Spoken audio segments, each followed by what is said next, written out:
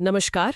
आज हम जीएसटी परिषद की जो हालिया बैठक हुई है उसके कुछ अहम फैसलों पर थोड़ी गहराई से बात करेंगे। जरूर। हमारे पास बैठक से जुड़ी कुछ जानकारी है, कुछ अंश हैं, और हमारी कोशिश ये रहेगी कि इनमें जो बदलाव बताए गए हैं, खासकर अलग अलग चीजों पर जीएसटी दरों से जुड़े, उनका सार आसानी से समझ सके। हाँ बिल्कुल, क्योंकि ये बदलाव देखिए सीधे तौर पर आम लोगों की जेब पर असर डालते हैं और कई उद्योगों के लिए भी ये काफी मायने रखते हैं। सही बात है। तो चलिए फिर देखते हैं इन अंशों को कि क्या खास निकल कर आता है इनमें से। हाँ, तो शुरुआत शायद उन चीजों से करें जहां कुछ राहत मिलती दिख रही है। ऐसा लग रहा है कि कई रोजमर्रा के इस्तेमाल की चीजों पर टैक्स कम हुआ है। एक दिलचस्प बात यह है कि जिन चीजों पर पहले शायद 12% या 18% टैक्स था, उनमें से कई अब 5% वाले दायरे में आ सकती हैं। हाँ, ये एक तरह से शायद टैक्स स्लैब को थोड़ा सरल बनाने की कोशिश लगती है, कम से कम कुछ कैटेगरीज के लिए। अच्छा। और इससे भी ज्यादा ध्यान देने वाली बात यह है कि यूएचटी दूध और रोटी पराठे जैसी जो बिल्कुल बुनियादी जरूरत की चीजें हैं, उनको पूरी तरह टैक्स मुक्त करने का जिक्र है। 0% जीएसटी।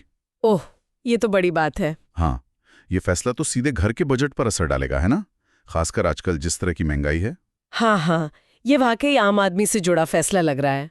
और इसी तरह कुछ और भी उपभोक्ता वस्तुएं हैं शायद, जिन पर राहत की बात है। हाँ बिल्कुल, जैसे एसी, टीवी और 350 सीसी तक की जो मोटरसाइकिलें हैं, उन पर जीएसटी 28% से घटाकर 18% करने की बात है। अच्छा, और सीमेंट का भी जिक्र है शायद। हाँ, सीमेंट पर भी टैक्स 28% से 18%। तो इससे उम्मीद कर सकते हैं कि निर्माण क्षेत्र को कंस्ट्रक्शन सेक्टर को कुछ फायदा मिले। हाँ, पर क्या ये फायदा वाकई आम खरीदार तक पहुंचेगा? घर वगैरह सस्ते होंगे? इसका कितना फायदा आगे पास ऑन करते हैं, इसमें अक्सर थोड़ा टाइम लगता है। ये बात तो है। अच्छा, स्वास्थ्य क्षेत्र यानी हेल्थ सेक्टर के लिए भी कुछ अहम घोषणाएं बताई गई हैं। जीवन रक्षक दवाएं 0% जीएसटी। हाँ, ये बहुत बड़ी राहत है।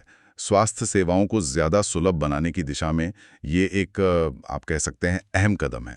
और इसके अलावा जो मेडिकल उपकरण हैं, चश्मे हैं, उन पर 5% की दर का प्रस्ताव है, कम दर। ठीक है। और साथ ही जो पर्सनल और फैमिली फ्लोटर हेल्थ और लाइफ इंश्योरेंस पॉलिसीज हैं, उन पर भी जीएसटी छूट की बात कही गई है। ये बीमा को और बढ़ावा दे सकता है। अच्छा, और कृषि क्षेत्र का क्या? किसानों से जुड़े सामान के लिए कुछ है? हाँ, जानकारी के मुताबिक कृषि से जुड़े सभी आइटम और किसानों के लिए जो भी जरूरी सामान है, उस पर 5% जीएसटी लगाने की बात है। 5%? हाँ, और यही 5% का स्लैब हैंडीक्राफ्ट्स यानी हस्तशिल्प, ग्रेनाइट और चमड़े के सामान के लिए भी प्रस्तावित है। तो ये छोटे कारीगरों और इनसे जुड़े उद्योगों के लिए अच्छी खबर हो सकती है। और कपड़ों और जूतों के बाजार पर भी असर पड़ेगा शायद, क्योंकि वहां भी एक बदलाव का जिक्र है। हाँ, वहां भी समायोजन है। अब 250 रुपए तक के जूते और कपड़ों पर 5% जीएसटी लगेगा। पहले ये सीमा 1000 थी ना? हाँ, पहले 1000 तक 5% था और उससे ऊपर 12% लगता था।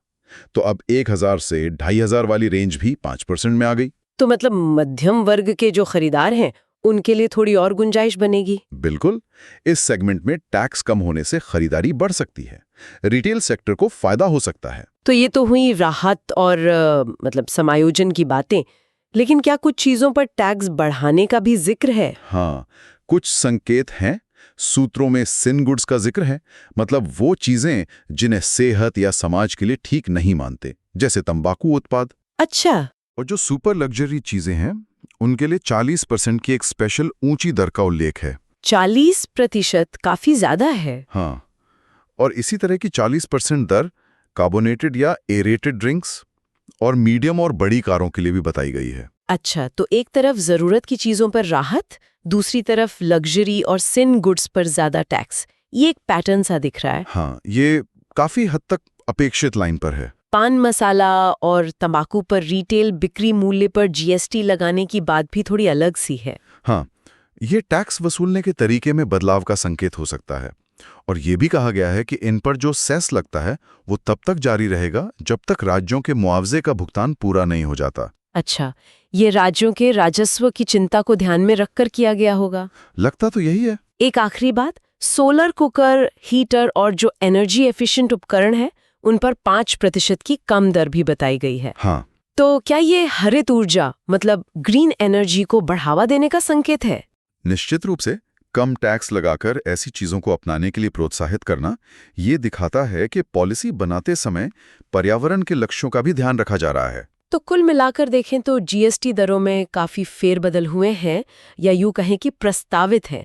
कई जरूरी चीजों पर, उपभोक्ता वस्तुओं पर, स्वास्थ्य, कृषि से जुड़े सामान पर राहत दी गई है। हाँ, जबकि कुछ लग्जरी और सिन गुड्स पर दरें ऊंची हैं। सही कहा। ये जो अलग-अलग स्तर की दरें हैं, ये दिखाती हैं कि सरकार किन चीजों के उपभोग को बढ़ावा देना चाहती है और किन्हें शायद थोड़ा कम करना चाहती है। जरूरी चीजों को सस्ता रखना और लग्जरी या हानिकारक चीजों पर ज्यादा टैक्स लगाना, ये एक आम तरीका है दुनिया भर में। बिल्कुल। तो ये सब सुनने के बाद एक सवाल मन में आता है, ये जो अलग-अलग टैक्स दरों में बदलाव हुए हैं, इनका असर बाजार में चीजों की फाइनल कीमतों पर और हम सब के खरीदने के फैसलों पर वाकई कितना और कितनी जल्दी नजर आएगा, ये देखना दिलचस्प होगा। हाँ, ये देखने वाली बात होगी। असली असर तो जमीन पर ही पता चले।